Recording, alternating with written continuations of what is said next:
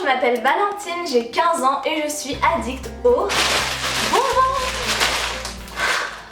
Tout a commencé à l'âge de 13 ans. Je détestais les sucreries, mais un jour, tout a basculé. Un jour, en regardant la télévision, je suis tombée sur une publicité qui m'a attirée, celle des Dragibus.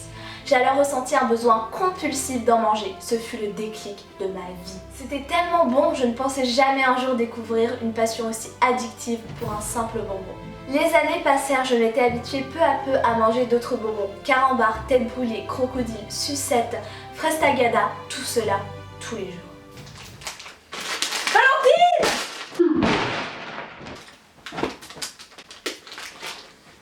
Encore aujourd'hui, tout ce qui est à base de bonbons, j'achète, j'essaye et j'adore. Tout ce que je veux, c'est manger ce que j'aime. Les bonbons m'ont ouvert l'esprit, j'y pense tous les jours, que ce soit en cours, en faisant du sport ou même la nuit. Je ne comprends pas et j'en suis malade pour elle. Si seulement je pouvais faire quelque chose pour l'aider, arrêter cette addiction. J'ai tout essayé mais rien n'y fait. Le matin, en me levant, je ne prends pas un bol de céréales avec du lait comme tout le monde, je prends un bol de bonbons. En mangeant mes repas normaux, quelques bonbons traînent toujours près de mon assiette. Aussi, dans mon sac à main, j'ai toujours un paquet de bonbons. Lorsque je n'en ai pas sur moi, je fais des crises de panique. C'est vraiment quelque chose de nécessaire pour moi. Je ne peux plus supporter son addiction.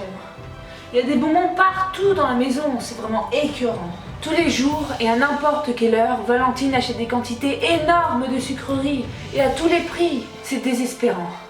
Si seulement il y avait une solution à tout ça. Je mange également beaucoup de bonbons très acides. Il m'arrive de tousser car c'est vraiment piquant, mais cela ne m'arrête pas. Je n'en suis pas dégoûtée et je pourrais en manger toutes les minutes. Valentine, tu abîmes ta santé. Tes parents sont malheureux. Il faut que tu changes. Tu ne peux plus continuer comme ça. Plus tard, tu le regretteras. Valentine, s'il te plaît, fais-le pour nous, mais aussi pour toi. Je ne comprends pas pourquoi cela gêne les gens. Désormais, je n'ai plus aucune limite. Cette expérience a changé ma vie et je me considère comme quelqu'un de totalement normal. De toute façon, je ne grossis pas car mon corps ne réagit plus. La surdose de bonbons a pris le dessus. Avec elle, le rayon des bonbons a dévalisé au bout de quelques minutes. Pour elle, le prix n'a aucune importance. Elle n'arrive plus à contrôler son instinct. Si elle ne fait pas d'efforts, jamais elle ne s'en sortira. Acheter des bonbons tous les jours, c'est insensé. Valentine, si tu n'arrêtes pas dans les jours qui suivent, tu peux dire adieu à notre amitié. Mais vraiment, ça va trop loin. Il fallait donc passer à l'étape supérieure. L'enfermer dans sa chambre un jour, sans accès à la cuisine ni aux bonbons. Ok, un jour sans accès aux bonbons. Je vais pas survivre. Maman! J'ai plus ça. Ce n'était vraiment pas joli à voir. Il fallait qu'elle affronte cela par elle-même, et ensuite amener à l'hôpital. Et là, c'est le drame.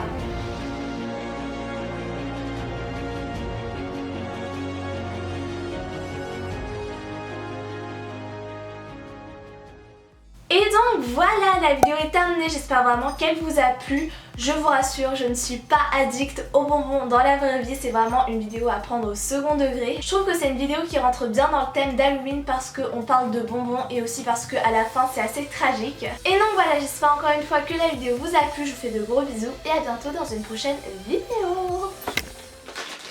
Valentine!